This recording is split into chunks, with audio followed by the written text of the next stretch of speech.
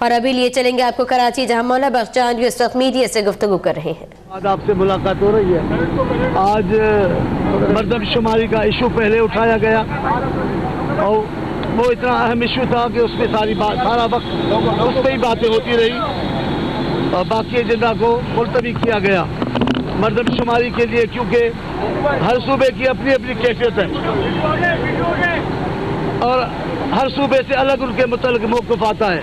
ہم بھی سمجھتے ہیں کہ مردم شماری سندھ صوبے کے لیے بھی زندگی موت کا مسئلہ ہے۔ یہاں پریشر ہے اپنوں کا، پرایوں کا، این جی اوز کا، میڈیا کا، عجیب و غریب پریشر آپ سب سنتے پڑھتے ہیں، میں آگے کیا بتاؤں۔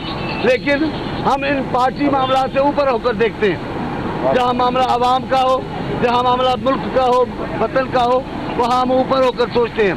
ہم کہتے ہیں کہ کسی کی بھی نہ ناراضگی، کسی کے ساتھ زیادتی نہیں ہونی چاہیے، کسی کی حق تلفی نہیں ہونی چاہیے، کسی سازش کے تحت کسی کو کم دکھانا، زیادہ دکھانا ہرگز نہیں ہو سکتا۔ سندھ میں جتنے بستے ہیں وہ ہمارے بھائی ہیں، مستقل لوگ سندھی ہیں، زبان کون سی بھی بولتے ہوں، ہم تمام سندھ میں رہنے والوں کے نمائندہ ہیں، ہم ان کے حقوق کے محافظ ہیں۔ کچھ عرصہ پہلے سی ایم ہاؤس میں کانفرنس ہوئی تھی، تمام سندھ کی پارٹیوں نے حصہ لیا۔ انہوں نے بھی ذمہ داری پیپلز پارٹی پہ عائد کی کہ آپ ہیں جو ہمارے تمام لوگوں کے حق و حقوق کی حفاظت کریں گے۔ اس وقت حکومت آپ کے پاس ہے، آپ کی ذمہ داری ہے۔ تو ہم نے آج بڑی تفصیل سے بات کی ہے، کئی تحفظات ہیں، ہم ان تحفظات کا اظہار کیا ہے اور ہم نے کہا ہے کہ اتنے دنوں میں وہ ہمارے تحفظات دور کیے جائیں، اس کے بعد ہی معاملہ آگے بڑھے گا۔ نمبر 2، ہم نے نادرا کو بھی بلایا، نادرا نے بھی بریفنگ دی ہے۔ ان کے پاس گاڑیاں بہت کم ہیں، وہ کہتے ہیں ہمارے پاس کل 30 گاڑیاں ہیں، مطلب ایک ضلع کو ایک گاڑی آئے گی، کیسے کام ہوگا؟ تو اس کے لیے بھی یہ فیصلہ کیا گیا ہے کہ ان کو وہ بھی اضافی گاڑیوں کا بندوبست کریں گے، اس کے بعد ہی معاملہ آگے بڑھے گا۔ بہت ساری باتیں ہوئی ہیں اس حوالے سے، آپ میڈیا میں سنتے رہتے ہیں، اس میں بات ہوئی ہے، لیکن ہماری کوشش ہے کہ سب کے ساتھ کسی کو شکایت نہ دیں۔ ہمارا بڑا ہمارے دوستوں کا کابینہ جو لوگ ہمارا یہ تھا کہ جو بلاک ہیں ان کی تعداد اتنی ابھی بتائی گئی ہے، اگر وہ آگے چل کر بڑھا دیے گئے اور ہمیں علم نہ ہوگا تو یہ ہمارے ساتھ زیادتی ہوگی۔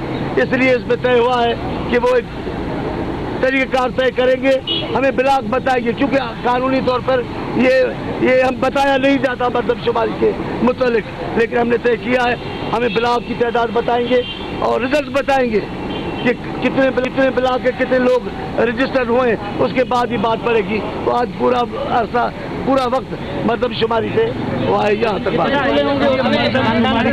مردم شماری سندھ کا اہم ایشو ہے، سندھ میں جہاں سندھی ہیں وہ اقلیت میں تبدیل ہوتے رہے ہیں۔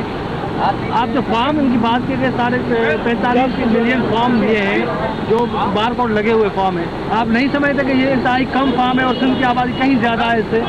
یہ نادرا کو اسی لیے بٹھایا گیا، نادرا نے جاری جو کیے گئے شناختی کارڈ ان کی تعداد بتائی ہے، بچوں کی بتائی ہے، وہ کہیں زیادہ آبادی ہے یہاں کی۔ تو یہ جو تحفظ ہے آپ کا وہ آیا ہے تذکرہ، لیکن اس کا حل ڈھونڈی۔ صاحب یہ اہم ہے، امن امان 3 ماہ بعد رینجرز کے اختیارات سے متعلق 1 سال کے لیے ان کو بڑھا کیوں نہیں دیتے آپ تاکہ مسئلہ حل ہو جائے؟ آپ پھر یہ لٹکا دیتے ہیں معاملہ، اور جو طریقہ کار سندھ اسمبلی سندھ حکومت طے کیا ہے ابھی تک اسی پہ معاملہ چل رہا ہے، اس سے ہٹ کر کوئی بات نہیں کرتا۔